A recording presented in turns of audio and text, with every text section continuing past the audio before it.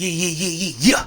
Lil Brunson back at you with the back at you, and I am the best reporting on the Eagles. So, listen, I gotta tell you, it's getting cold. As you can see, the scarf is on deck. This is a Super Bowl. This is a Super Bowl scarf, by the way. You know what I'm saying? This Super Bowl scarf, by the way. That's a Lombardi, by the way. Listen. We know a thing or two in the city of brotherly love about a Super Bowl win. In fact, we got the latest one in the division. That's neither here nor there. But listen, though, this video was brought to you by Manscaped. Big Manscaped in the building. Make sure this winter, even though it's cold, make sure you keep the place, where you originally came from, your father's sack. Keep it clean. Use Manscaped and the Lawnmower 4.0. Use code Brunson, save 40% off. Save 20% off. Get free shipping. Free shipping I for that for y'all. We always talk about the Foot Duster. One of my favorite products from Manscaped. I got the hair joint in the bathroom, you know what I'm saying, for the nose. I leave that in the bathroom. But yeah, Lawnmower 4.0s, crop gel, crop exfoliator, colognes, everything, man. Team Manscaped, you know the vibes. Use code Brunson. Listen, the Philadelphia Eagles made a trade today. Something just ain't sitting right with me with the way this is happening, man. So the Philadelphia Eagles, send a 6th-round pick over to Denver, and they pick up Kary Vincent Jr., LSU, former, quarterback / safety. I think this is more of a safety move, being as though you probably won't have McLeod, you probably won't have Anthony Harris, but I think both of them have actually been playing pretty solid this year, and I've actually seen some great improvements from Epps this year as well. Listen, the secondary in its totality is really, really good. Really, really good. The Philadelphia Eagles secondary is good, especially when they're in a competent scheme. The only time the secondary has been bad, in my opinion, is because of the scheme. Nobody beats us deep. You know what I'm saying? I think when they had one quarterback over 300 passing yards on us this season. Nobody's beating us deep. They're beating us underneath. They don't even challenge our cornerbacks. They just take what the defense is giving them, and that's what a good defense, a good quarterback should do. And honestly, we've played a lot of good quarterbacks this season. A lot. We've played the Mahomes. We played the Bradys. We played Dak. You know what I'm saying? We played a lot of good quarterbacks this year, and you expect these good quarterbacks to take what the defense is giving them. But the Philadelphia Eagles, I guess they recognize some type of future problem with the secondary, and it's a lot that can be said about this. So they go out there and get guys like Kary Vincent, spend a 6th-round pick on that. I don't know if he's going to be a cornerback or a safety, but you potentially could need both. This is a big year for the secondary of the Philadelphia Eagles, and with the production that they are getting out of this secondary, they got to really be careful about who they get, because earlier we acquired Tay Gowan. These are two guys who were thought to be prospects out of this upcoming draft. These were two guys that were really good in their respective secondaries in college who were thought to be prospects. A lot of people was keeping their eye on them, and the Philadelphia Eagles, went out there and acquired both of them.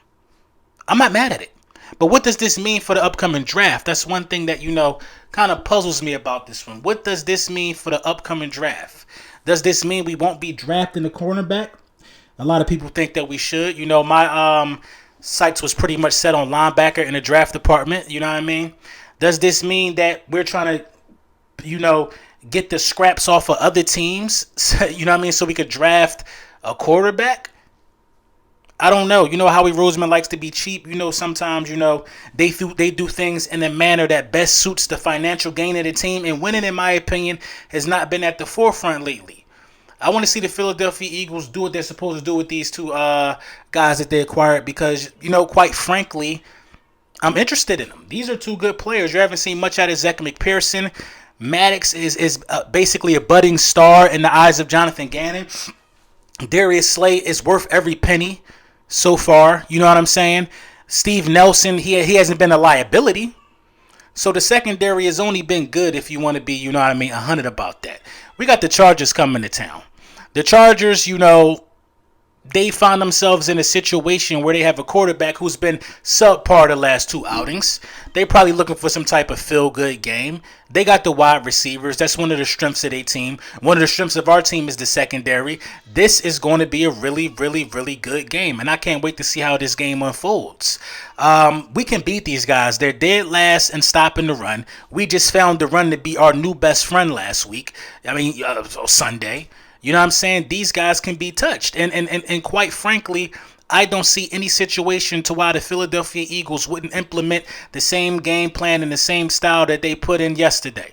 or Sunday. I don't know why I keep getting the day mixed up. I can't see any situation to where they would go into this thinking anything differently. You know what I mean? We could beat these dudes. We need it. We need our first home win. We haven't gotten that one, and I'm going to tell you exactly how you beat these dudes. Yes, this is the keys to victory to beating the Los Angeles, Chargers. Listen, we found that pressure bust pipes on Jared Goff. A lot of people want to say Jared Goff is a bum, but Jared Goff actually not that bad. Jared Goff will be a starter anywhere he goes for the next 4 years in the NFL, 3 to 4 years. No matter what his record will be, Jared Goff will always be traded or go somewhere else to where they're expecting him to be the starter. So Jared Goff could still start for a number of franchises in this situation. Jared Goff, I guarantee, I know the Saints will love to have Jared Goff right now. You know what I mean? How do you beat these guys? The pressure that we put on Jared Goff can really be put on, Justin Herbert as well.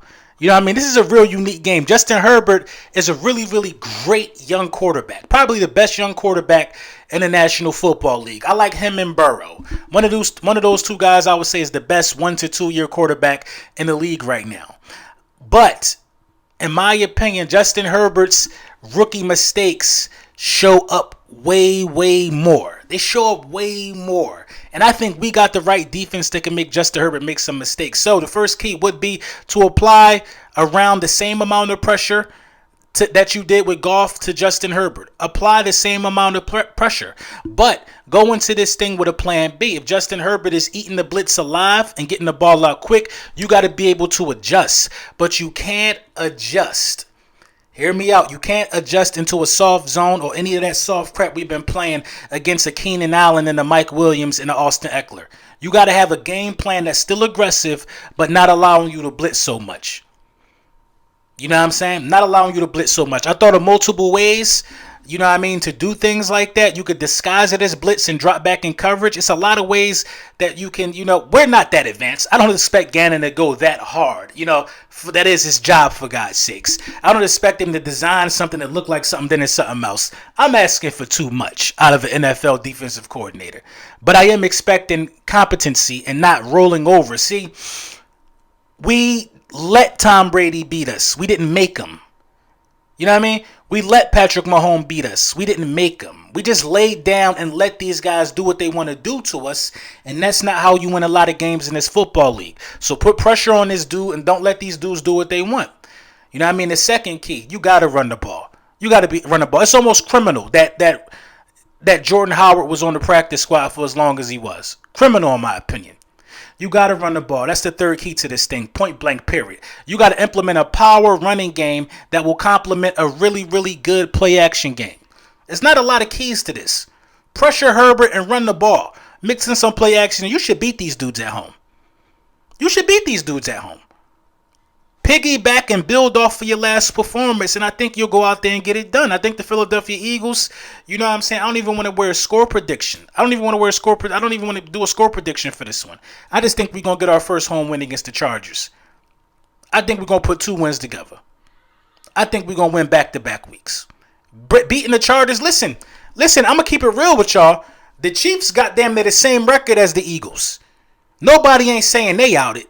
But they counting us out already. Let's just string some wins together and let the chips fall where they may. Competent football on 3. 1, 2, 3, competent football. Catch me on Goat Talk tonight, Philly Mike channel, man. We're going to be talking about all of this, man. But there you have it, man.